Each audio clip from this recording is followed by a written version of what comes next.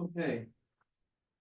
So this is my second talk of the day, but third paper, daring with the other one, but we're going to do something a little different. And I know that the NFL's had a lot of attention in the afternoon, much to the chagrin of some, I suppose, but I think we need at least one baseball paper at this conference.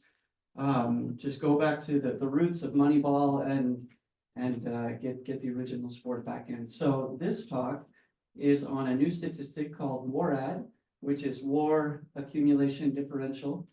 And I'll explain what WAR is so that I can explain what WARAD is in just a second, but know that the whole point of this is that we feel like a stat like WAR, which I'll go through, it undervalues some players, and we feel like a WARAD is a little bit better. So here's the outline of the talk.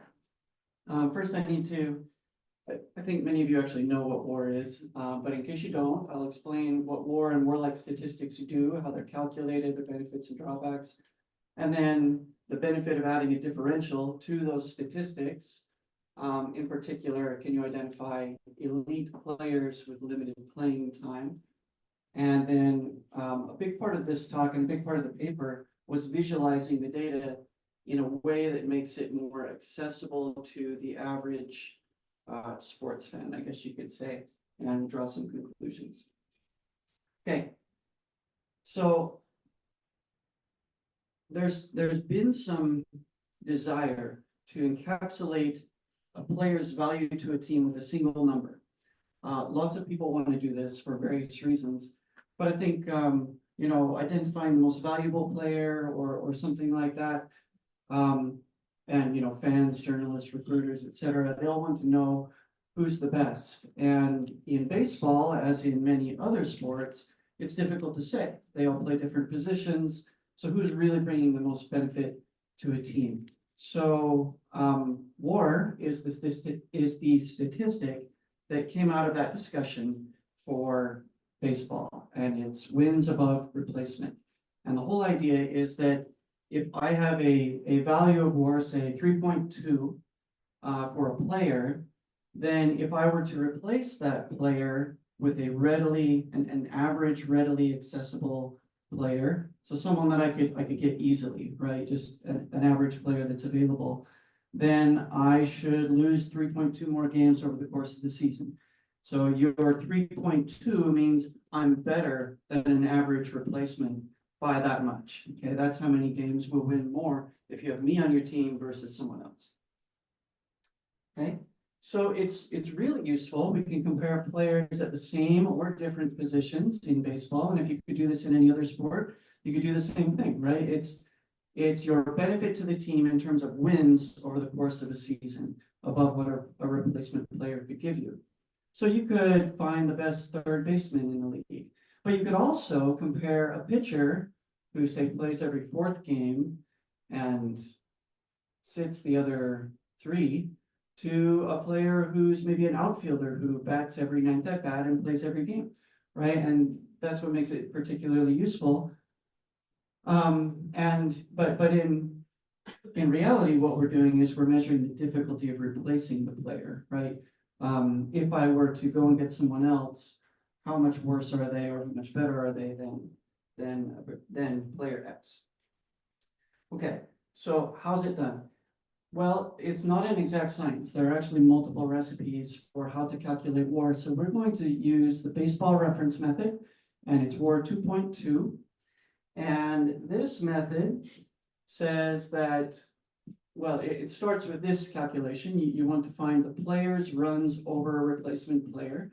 So how many runs are you producing minus how many runs could we expect a replacement player to produce? And now runs calculated is an interesting concept, and it was one of the original concepts addressed by Bill James and others when they first got into, say, Moneyball type of things. And if I hit the ball and I get on first base, but no one was on base before me, I don't actually score a run, but I have scored a fraction of a run, right? And so I think we all understand that idea, and all of that goes into these two calculations. Now, it turns out it's easier to calculate the difference between player runs and an average player runs, and the average player runs and the replacement player runs. So that's typically what's done. You kind of add and subtract the same thing so that you can do an easier calculation in both cases. And you end up with what's called runs above average and runs replacement. Okay, so the runs above average metric, I'm not going to give you all the details, but it's a function of all kinds of things. So if you like baseball, then you know that there's a batting portion. It's similar to cricket, right? There's a batting portion, there's a running portion, there are fielding portions, and then there's also a positional adjustment, meaning some positions are harder to play than others. So I might value a player based on their positional advantage to me, even if they're not a very good hitter. And then the runs replacement metric is just a function of replacement level runs. So these replacement level players, how good are they on average? Okay, so the calculation for pitchers is a little different. Or cricket, I'd say the bowler, right, of the ball. And so runs above average is this XRA final minus RA. RA is the number of runs allowed, both earned and unearned. So even if people are making mistakes in the field, we count them all. But then XRA final is the average number of runs that a Major League Baseball pitcher would give up if given exactly the same situations that the pitcher you're evaluating was under. Right, so that's more of a fair way to approach the thing, right? Given the same set of situations, what would an average pitcher give up? And then what did you give up? And what's the difference? So once you've got that calculated, now you just need to put it into units of wins. And the easiest way to do this is to recognize that one win is equal to about 10 runs, okay? So you might say, well, I've noticed baseball games, teams rarely score 10 runs. And that's true, but in terms of scoring and allowing runs, if you add them all up, the difference is usually 10. So on average, 10 runs equals a win, more or less. There's a more complicated version of how you actually do it. This is the simplest way. We use the more complicated way. It's called the Pythagorean formula for baseball. And it's, I believe, one of the original results of Bill James in the first Moneyball paper. So you can see our paper for references and more details if you like. But what do you get out of all of this is you get 4 different WAR statistics. You get one for position players, and you get one for pitchers. And then oftentimes it's useful to break up the position player WAR into 2 calculations, one for offense and one for defense. And it's funny because I thought when I first saw that the offensive WAR plus the defensive WAR would give you the total WAR, but that's not true. And it's because of this positional adjustment that we make. And the reality of the situation is, if I have a more skilled player on defense, I'm likely to sign them even if their batting is a little bit poorer than other players. And certain positions give you more of that effect than others. For example, pitchers. Nowadays in baseball, pitchers don't even bat unless they're named Shohei Ohtani, right? Catchers are the next most difficult position, and then the middle infielders after that. Okay, so some limitations and the reason for this paper. Despite the usefulness of WAR, we have high variance, and that might suggest that small differences between players may not be significant. But the one that we're addressing is this one. WAR is cumulative. And so even elite players, if they have limited playing time, they may not be identified as elite. So the average baseball fan who knows about WAR nowadays will look at WAR and determine who the best players are based on that statistic alone, because they know it's a comprehensive statistic. But we would argue that's not the best way to evaluate elite players. So here's the assumption. If a player is in fact elite, then they will generate WAR at a high rate, even if they don't accumulate very much. Okay? So suppose a player's injured halfway through the season, they may not accumulate enough WAR to be elite, but the rate at which they acquired it should be good. Okay? So that gives us the WAR accumulation differential, and it measures the rate by which a player accumulates WAR. This is our new statistic. It's a normalization. It's done on a per game basis, and it's better at identifying elite players. And WAR is better at identifying players' actual contribution over time. So in fact, the two are different in nature, and they have different intentions. So let's see. Yeah. I can skip that. All right, so the calculation of WARAD requires a normalization that's different for each of the four. Here's the calculation, and it's based on how many of something we expect over the course of a game in Major League Baseball. So PA is plate appearances, and on average, a player can expect 4.266 plate appearances per game. Innings is the number of defensive innings, INN, and that's 8.939. And so if you're not familiar with baseball, there are 9 innings typically. If you're tied at the end, you can play additional innings. So some games go more than 9 innings, and yet the average is less than 9. And that's because if you're the home team batting last and you're already winning, when you come up, then you actually don't need to bat again. So a lot of games end without the home team playing 9 innings. They'll only bat 8 times. So that's the average. IP outs is the number of outs pitched. And so all 4 of these, we have positional WARADs and then a pitching WARAD, and they're all just normalized by the number that gets you to the per game level. So, okay, so here's the data visualization that I promised you. We have WARAD on the y-axis and WAR on the x-axis. So you're going to see anybody who accumulates a lot of WAR, they're already being benefited from the statistics that exist today. But people on the left-hand side, they are not. They have small WAR, so they're going to be looked at as less elite players. But if you notice, some of those players, they accumulate WAR at an incredible rate. So if we look at, say, Seth Brown, Kyle Tucker, right, some of these guys in the upper left-hand corner, these guys are guys who had limited playing time in the season, so they don't get a lot of WAR, but in the time that they had, they accumulated quite a bit. In fact, they were accumulating at an elite level. So certainly there's the case for, say, a Cody Bellinger or a Mike Trout, where you say, well, they're high in both, and luckily for both of them, they were reasonably healthy the entire season. So WAR is still doing them plenty of justice, but WARAD can identify these other players. Okay, so now let me explain a little bit more about this graph.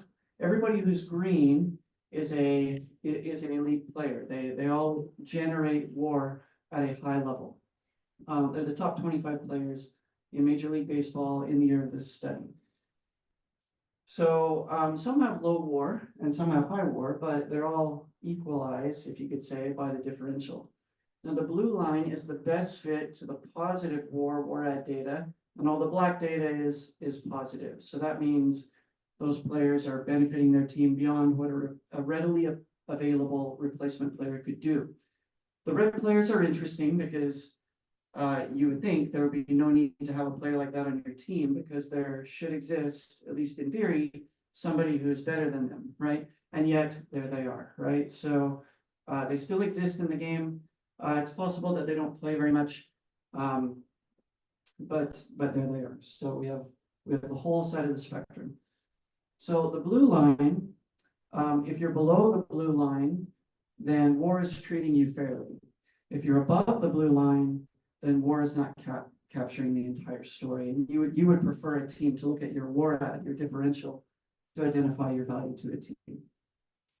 Okay, so now we have, you know, lists of players and how much they're generating, and we'll notice that, you know, really the graph tells you the story. These people on the left-hand side, this upper left-hand corner, those are the ones that benefit from the new statistic. And if you compare, you'll see that, okay, some players are ranked a little bit differently between WAR and WARAD. The list on the left is sorted by WAR, and the list on the right is sorted by WARAD. And so, you know, remember that all of these calculations have high variance, but a difference of, say, 9.03 to 8.36, we would call that reasonably significant. But if you notice that, or 8.28, that, you know, even though Cody Bellinger generated the most WAR, Mike Trout generated it more efficiently. And so this would be a nice indicator that Mike Trout probably was the best player of the year. All right, so we can do this with defense, and we can do it with offense, because we have the WAR-like statistics for defense and offense, and we get similar plots. Defense has the highest variance of all the metrics of analyzing players, and I think this is true across most sports. Defense is a lot harder to analyze than offense. If you score a point, we all recognize that. If you stop someone from scoring, it might be difficult to know, and I think this was brought out in the NFL paper as well. Taking down a player, sometimes hard to identify who's making that contribution. So there's some variance with this one, but it still exists. And then the offensive WARAD. But I think where I want to spend, oh, and the pitchers. Don't let me forget the pitchers. I'm sorry. But where I want to spend the rest of my time is really talking about this one. So this is WARAD offense on the x-axis and WARAD defense on the y-axis. And the size of the dot is how much money the player's being paid, excuse me. So the first thing you should know is, or the first thing you should notice on this graph is there are a lot of big dots on the right-hand side, okay? That seems to indicate that if you can hit the ball, you'll get paid more money in the major leagues, okay? So that's probably true. Now, what we took, we thought it'd be interesting just to zoom in to the right-hand side where players are making positive contributions in WARAD in both offense and defense, and just explore this little artifact again. The players that are way to the right, they're getting paid more, and the players that are maybe up towards the top, not as much. We see smaller dots. But we also see that it's harder to make more positive contributions on the defensive side of baseball, which I think is interesting. It almost indicates that there might be a threshold for good defense. If you make every play that comes to you and don't make any errors, there's not much more you can do. But you can always get better at offense. So we see more dots stretching out to the right than stretching up to the top, but we also see bigger paychecks to the right than to the top. All right. Now we have red dotted lines and black dotted lines, and the red dotted lines indicate players that are contributing equally. If you're on the same red dotted line, then you bring the same benefit to your team. But again, offense gets paid more than defense. Okay, so conclusions. Players with limited playing time are undervalued by WAR, but our new statistic fixes that. Across the major leagues, offense is considered more valuable in terms of how we pay players, but it's also the area of baseball where more can be contributed by a player. So these are the major conclusions, and now we'll take questions. Thank you.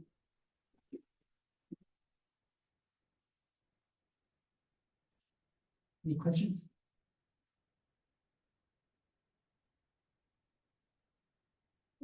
Very interesting work. Thank you for the talk. I just want to understand how sensitive are your results to the choice of the replacement player and how that is calculated? Yeah, they would be very sensitive to that, except that WAR isn't calculated that way. So the calculation is done on average over all possible replacement players. So it's intended to be a level playing field. So every WAR statistic is based on the same replacement player level, the same expected level. Does that make sense? Yeah, thank you. Any other question? Thank you for the talk. Were there any specific players that stood out to you as like very underpaid from this analysis? Absolutely. And I think we only need to go back to these couple of dots here. If you look at the red diagonals, we have these top black dots, Jacob Stallings, Roberto Perez, and they have smaller salaries. But if you look along the same diagonal, you see much bigger salaries that are generating the same amount of wins for their team. So there are plenty of players that are underpaid. Now you'll also see some players like Cody Bellinger were underpaid when we did this study, but that's because he was still on his rookie contract. He's much better paid now, right? Sure. But I would say that the defensive players, the defensive excellers, they're the ones who get underpaid. So you think, so it seems like the big application for this would be with general managers. And for like assembling teams, yeah. Yeah, no question. Yeah. And I think it's easier to buy good defense than it is to buy good offense, right? Yeah. Thank you. Any other questions? Hi, Iman Smadi from On the Podium, Canada. I have a question if you think that this same concept can be applied to another sport that you thought about. I don't know. Yes, it definitely can, but it may be less valuable because in baseball, we do have a statistic named WAR that has kind of overtaken the sport and it's accumulative in nature. But there are a lot of statistics in other sports that are already differentials or averages or, you know, points per attempt or something like that. They're already, you know, differentiated, so to speak. So if the sport already has that, then I would say it's already done. But what we're looking for is that one number. For basketball, it might be player efficiency rating. But I think that's actually pretty good. It's already normalized, right? So they've already taken that into account. For some reason, WAR wasn't calculated that way. It was meant to be over the course of a season, how many more wins did you get us than, you know, an average replacement player?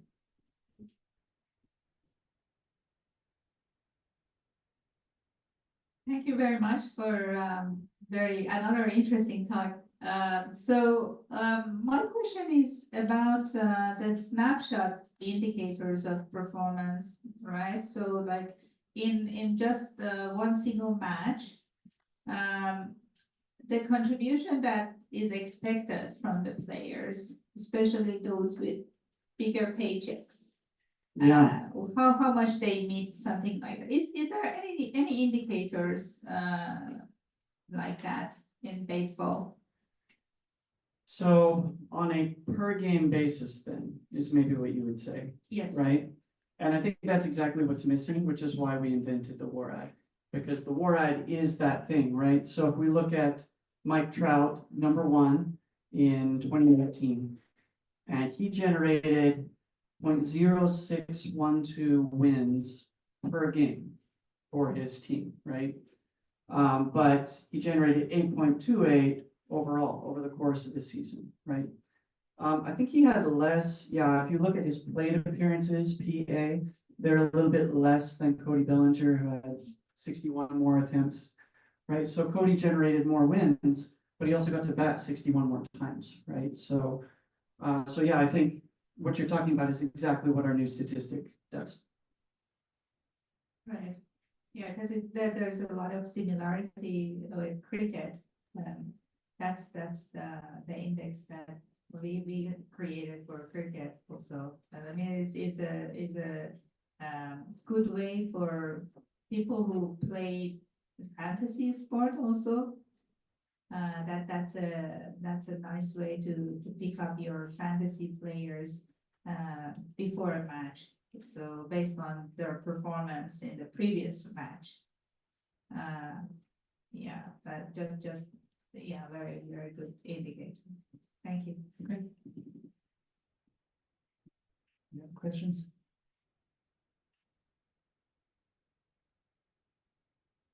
So I pretty much know nothing about baseball, I'm gonna be honest, but do this WAR or WAR actually like measure how much a player is clutch? I don't know, like a heroic effect of a player, because I think it's measured through how many minutes they play, how much minutes they play, and how much games they play.